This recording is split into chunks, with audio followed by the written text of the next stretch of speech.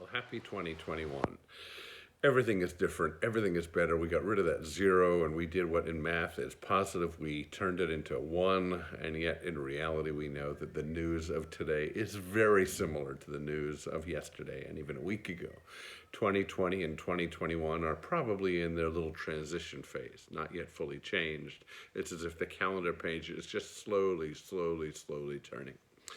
Well, the reality is that for most of us, change is a feared thing. So many people that you and I know, maybe we ourselves, fear, loathe change, struggle with change.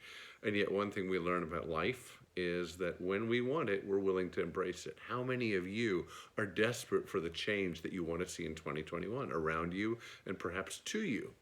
And yet you're the same people that in 2020 or 2019 perhaps were saying, change, not so comfortable. Let things just stay as they are. Things do change. Everything changes. Every cell in our body is changing now as we record or listen to this message. The world is changing. Science is changing. In this moment that I'm having this conversation with you, something is being discovered. Isn't that incredible? You and I are living at the best time in human history to have a pandemic.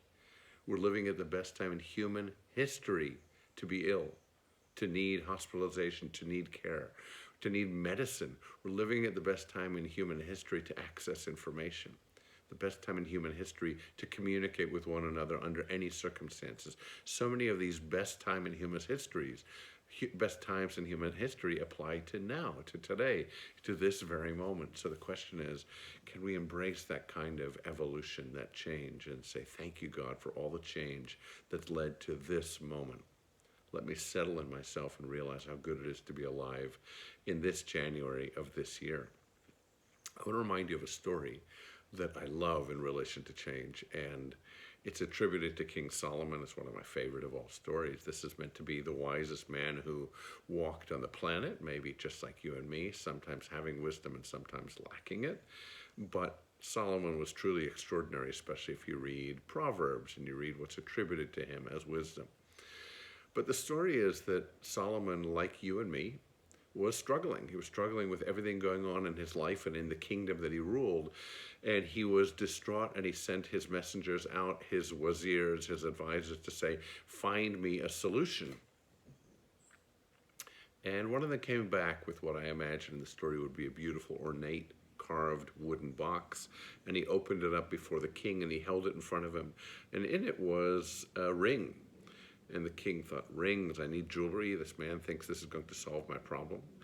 And he opens the box, he pulls the ring out, and he sees these words inscribed on it in Hebrew. Gam ze ya'avo. Gimel Zayin Yud, you might say, those three letters. And what does it stand for? Why is it worthy of inscribing somewhere for yourself today in any language?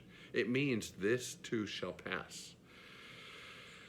This too shall pass might be the phrase that brings us to being mindful in any given moment of the year. The greatness of this moment shall pass. The richness of this moment shall pass. All of that I have, all that I'm capable of will change. And at the same time, all that is troubling me will change. Everything inherently, humanly in this world is designed to constantly change. So think about that as the day and as the week progresses. Maybe remind yourself, tag this video again, share it with somebody if you think it would be helpful to them, even just to hear the King Solomon story. Gam ze ya'avo, inscribed on the ring that each of us must wear, which is the realization every day, as often as possible, this too shall pass. Everything will change.